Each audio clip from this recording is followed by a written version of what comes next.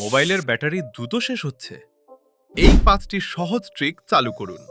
Number 1, power saving mode চালু করুন।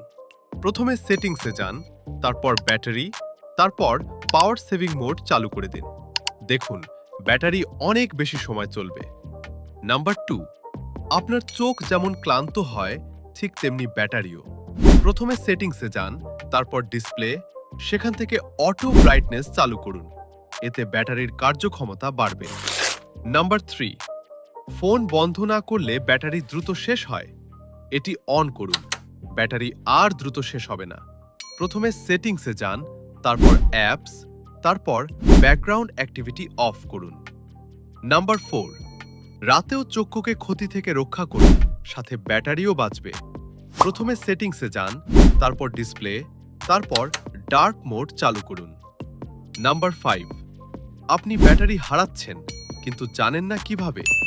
সেটিংসে যান, তারপর লোকেশন সার্ভিসটি অফ করে দিন।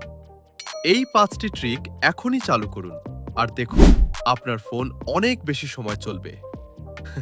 আরও সহজ মোবাইল টিপস পেতে ফলো করুন।